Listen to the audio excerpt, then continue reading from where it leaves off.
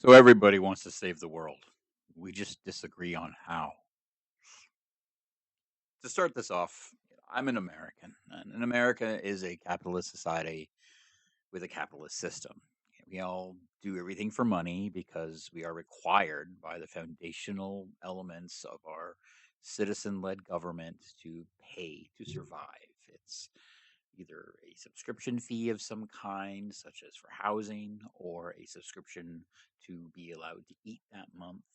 It basically just comes down to taxes in many cases, but ultimately, at the end of the day, as Americans, we have to subscribe to be alive.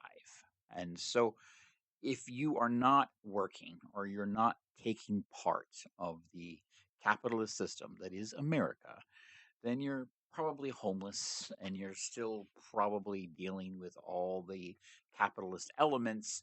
You're just not doing that with the benefit of running water or electricity that's stable because those things are all tied into the capitalist system. Owning property, for example, requires property taxes. Okay. And this is something that's just a fact of life because remember, the IRS is theirs. And so the end result is that it doesn't matter. I mean, you take anything you want to think about in regards to that. It doesn't matter what you might think. It doesn't matter how you like that. It doesn't matter how you hate that or not do not like that.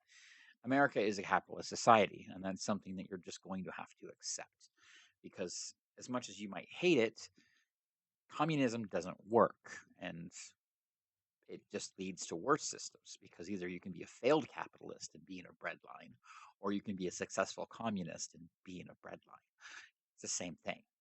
And so the big issue here is that when people are raging against, especially us engineers, we have to look at how society in the world is and be data driven versus looking at the world and trying to make it how we wish it could be.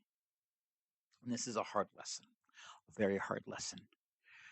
Uh, the end result, though, is that if you are an American citizen, you've either grown to accept this and you've moved on, or you've decided to waste more time fighting against it until eventually you're going to give up and you're going to accept it.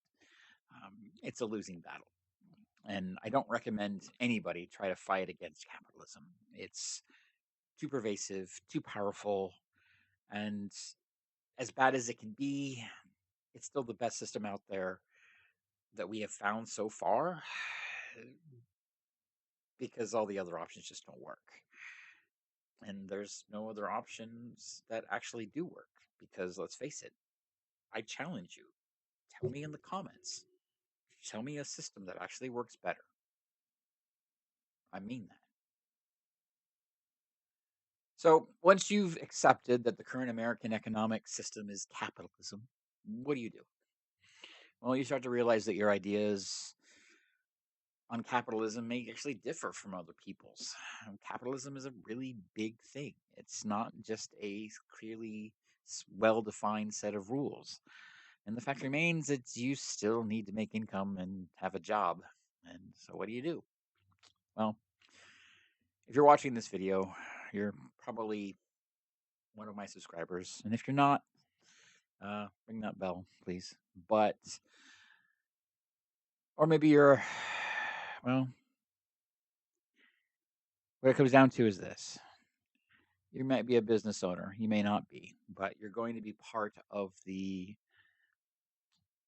dichotomy of America, capitalism.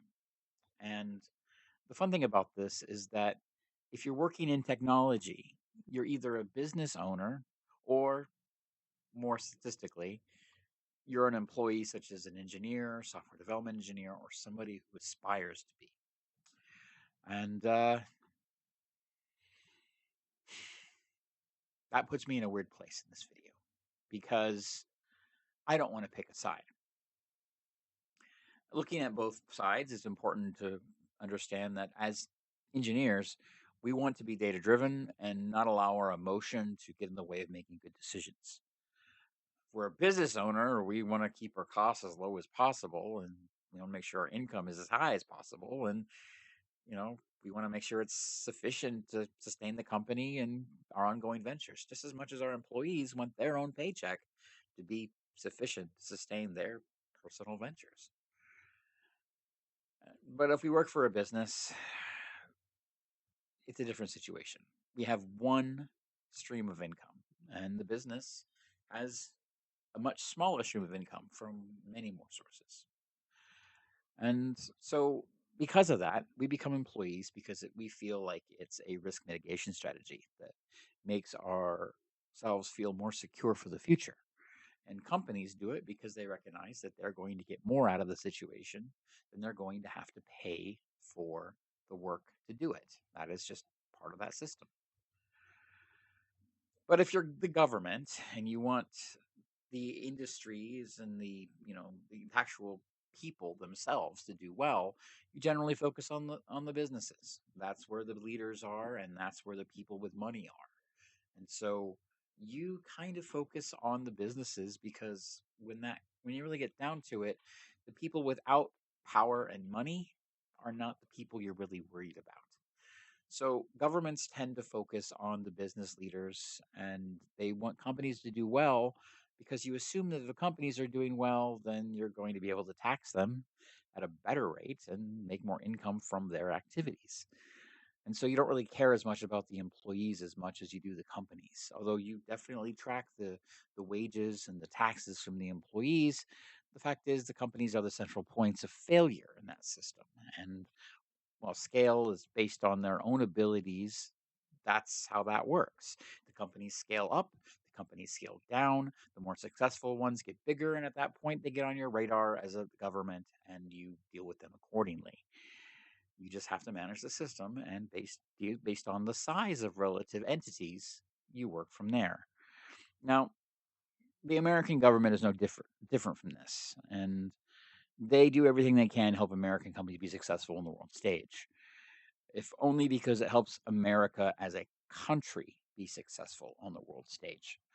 The more American influence that America has, and more of influence that the American based companies have on the world stage, the more influence and face America has on the world stage. Now, the concept of face may be foreign to you, but if you've ever heard the term saving face, that's basically what it comes down to. And as much as I hate to admit it, America is not the only country that really cares about this. Another one that comes to mind is China, only they take it to extremes.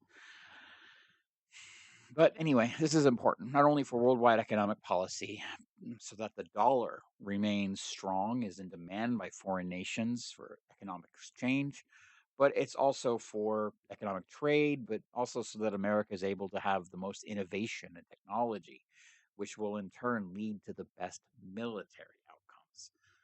America is extraordinarily powerful militarily. We spend so much money, so much of our tax money goes directly into the military. And that is simply to keep us strong enough to protect ourselves and survive if the worst happens. But in many cases, we're also kind of, you know, world police in some ways. And cue the meme here. But at the end of the day, America has basically enforced the law of the sea and allowed a lot of ships to be safe because of the Navy and so forth. So that's something to think about. And okay, I'm actually greatly simplifying this because I don't want this video to be too long. But I'm looking at my notes and I'm paraphrasing things because I want to get all the information in, but I don't want to overburden you. Um, but as part of this, leading up to this, one of the ways that America as a country protects and helps the companies under its care that it's authorized to exist is the H1B system. Now, the H1B system exists in order to allow American companies to fill critical engineering roles that wouldn't otherwise be able to fill because of the lack of talent in America. If there's a shortage of engineers in America, if there's a shortage of people that can do that work, then the thinking is, well, we're just going to hire somebody from another country. We're going to find that brilliant engineer, that brilliant scientist, that innovative, creative person that, has those skills. We're going to import them into America, and we're going to make America better because we're going to leverage their ingenuity, capture as much of that value as possible for a company based in America, and by virtue of that and by proxy, capture that value for America. That is where it's based on. And so the reason that we have an H1B system is critically, it's for national defense. It's so that when the time comes and we need smart people, we can get them quickly or we can maintain them quickly. In fact, if you look at the World War I and World War II, you'll find that immigrants and scientists from other countries were pretty critical in some of that. And so from a national security perspective, the H1B process is not going away. But here's the but. It exists to allow, in most years, to deal with a lack of engineers. For example, the H1B process, as most people know it, is used for software development engineers. The idea is that there's not enough software development engineers, so therefore we should import them from other countries so that these companies can grow and have the talent they need. Unfortunately, there's a lot of problems with the H1B system. And no, this is not one of those they took our jobs style videos. Okay. The point I'm going to make here is the H1B system, as it exists today, is not only harmful to America, but actively unfair to the individuals who are on an H1B visa themselves. As an American, I want the best for America, but I also want the best for the people who visit my country of America. If somebody from India or another country comes to America, then they are our guests. And we have a responsibility to treat them well and give them every consideration that they wouldn't normally get at their home country. Because we have an obligation as Americans to make America the best possible country, not only in reality, but in the eyes of others worldwide. As part of this, we have an obligation to treat workers from other countries that come here on work visas, such as the H1B program, with the same respect as our own workers, even our most elite workers, or even greater.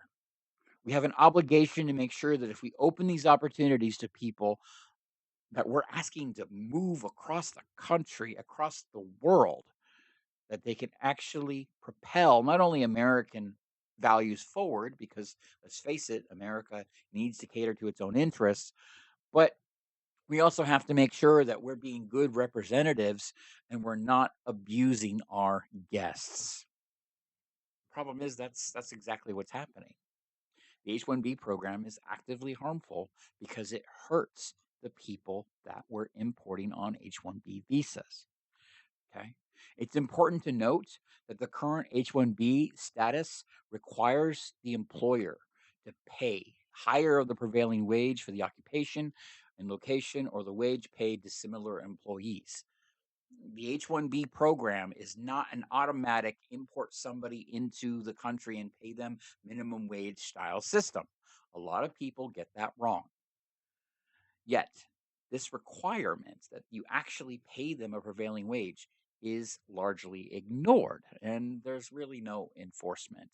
There's also a really wide range going on in tech because, well, it's been noted by several people that there's actually a multi tiered system going on. And so when you get to the different levels of technical prowess, you also have a different multi-tiered system of remuneration or pay. And so the fact remains that these companies are not forced to pay the same rates that a FANG company is going to pay for a top tier employee at one of their main offices. If they're paying, for example, $300,000 a year for a top tier employee somewhere, they're not forced to pay that to import somebody into the country. Okay. What they're doing instead is they're paying the prevailing wage, which is basically data from the Bureau of Labor Statistics, wage data, which, as you can see here on my screen, I've got a copy from 2020.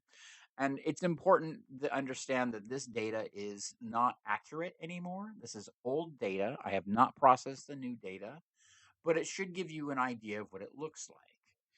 That data is available, it's public, it's anybody can look at it. But you should understand that that data is also kind of political in nature due to various political actions. This data cannot possibly be accurate. Let's face it, you're not going to be able to go in here and find out how much a CEO makes. They actually redacted that data. And what you'll find if you actually compare the numbers is that it's about a third or even 50% lower than the actual market. And so what happens is when a H1B is applied to by a company and they go through and they go to the Department of Labor and they use the Trust Me system that currently exists. Because let's face it, the Trust Me system that exists now is where the employer determines the prevailing wage using this data and their own data. There is not a lot of other checks. And so the employer submits the claim prevailing wage along with various certifications to the Department of Labor on a labor condition application. This is called an LCA. And the Department of Labor must then approve the LCA within 7 days, as long as the form is filled out correctly. There's no verification whatsoever of the contents, really. And the Department of Labor is prohibited from reviewing LCAs after approval, and the United States Immigration Service is prohibited from reviewing them during the actual visa process, which is a weird thing, too. To make this even worse, the Bureau of Labor Statistics annually puts out wage data that is intentionally deflated, as I'm pointed out here, and it does not look at all like the real market. And so there are national security concerns here because they are basing the wage of people we are importing into the country and saying this is the annual wage, this is the prevailing wage, and then they're pointing to a false data set that is not at all accurate and is intentionally deflated to take advantage of them and make them cheaper than somebody who's actually working in the industry. Okay. And what that does is because the visa itself, the H 1B visa, is tied to a specific company, if that worker wants to find better working conditions or they find that they find out how much money they could be making and decide that they actually want to make that money, they have to find somebody that will sponsor them. And if they can't, then well, you know what, maybe they get uppity and the company decides they don't need that person, so they basically fire them and basically force them to have to move back to India. And you'd understand that at this point, these people are being held hostage. You have people from other countries that are imported into America. They are held hostage to the role that they have now. They are not allowed to get a market wage. And even worse, if they rebel or they otherwise try to use the system and the rights that they have under it, they can simply be sent back. They do not have the same rights as Americans. They do not have the right to quit their job and go find a job somewhere else, like Americans do. If they quit the one job that they have that is on a visa, they are now out of compliance. They are a non resident alien. And at that point, they get shipped back home. They are here for the job, and that's it. And so the problem here is that this H-1B system is not only perpetuating a lower standard of rate of individuals, it's subsidizing the costs of employees and making companies dependent on that. They're not forecasting their real costs when they lose that H-1B, and they're not thinking about what it's going to cost to have to hire somebody. They're not thinking to themselves, oh, well, a software developer of this type, of this caliber, costs $160,000. We should make sure that we have that in the budget and we have everything taken care of. The- Alexa, shut up. I know. Um, but the fact is, but instead they're going, oh, well, we have this H-1B. They cost us $80,000 a year. that's what's in the budget. We're going to take that extra money and do whatever with it because we can. And so it's leading to companies that are not planning well because they're not thinking about what happens when they lose the H1B, or they're just assuming that the H1B will want to be in that situation forever and won't want to grow out of that position. Because let's face it, not every company has room for promotions or growth. You're not always going to be able to work at a company and get the promotion that you deserve. You have to job hop to do that. You have to go to another company after you've got the experience, use what you have, and then get a better title, a better pay, whatever. And so you have to understand that not only are these people being abused, but when you think about it, it's hurting the companies themselves. And so the idea here is that if you were to actually put those wage figures in perspective, you'll find that it's, 30, 40, maybe even 50% difference.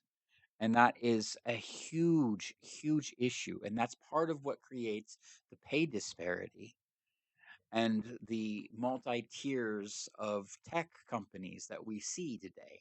Because what it really comes down to is you have the companies that are honest about their costs because they're publicly traded. You have the ones that are not, and then you have the ones that are just small enough that they can't really.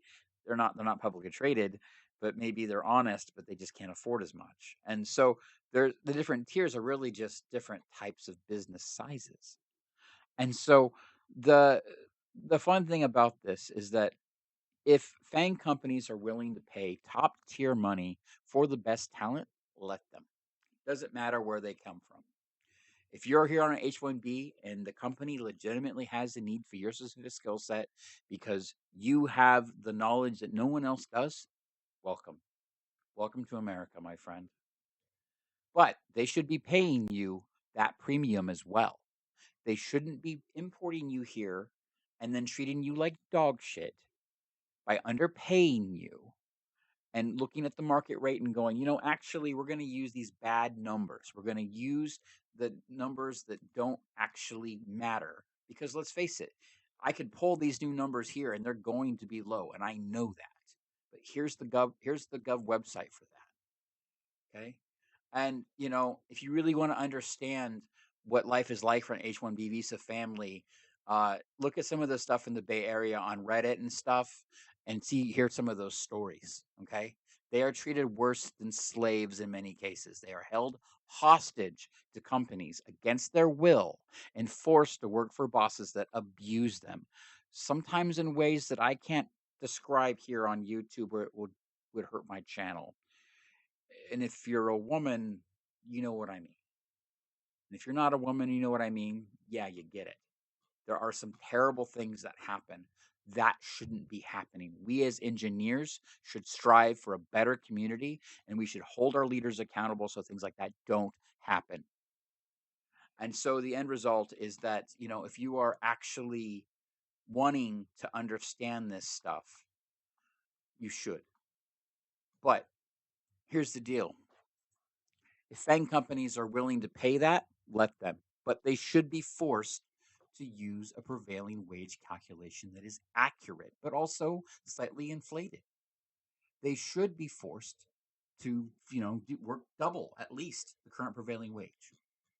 Make it so expensive that if they need them, they can do it. But if they don't, well, then maybe they should hire an American because let's face it, one of the big issues and one of the things that I've kind of deleted some comments on, and I'm sorry, but some of you were just really, really toxic, uh, really angry. I get that, but what it comes down to is, at the end of the day, software, the industry, it's saturated with people that can do the work.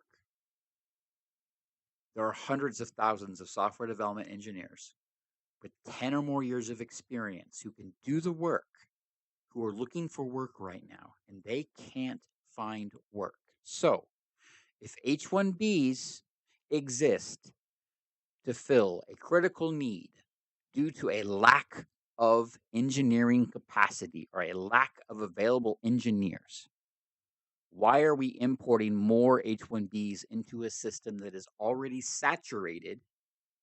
And why are we setting these poor people up for failure in an industry that will only abuse them?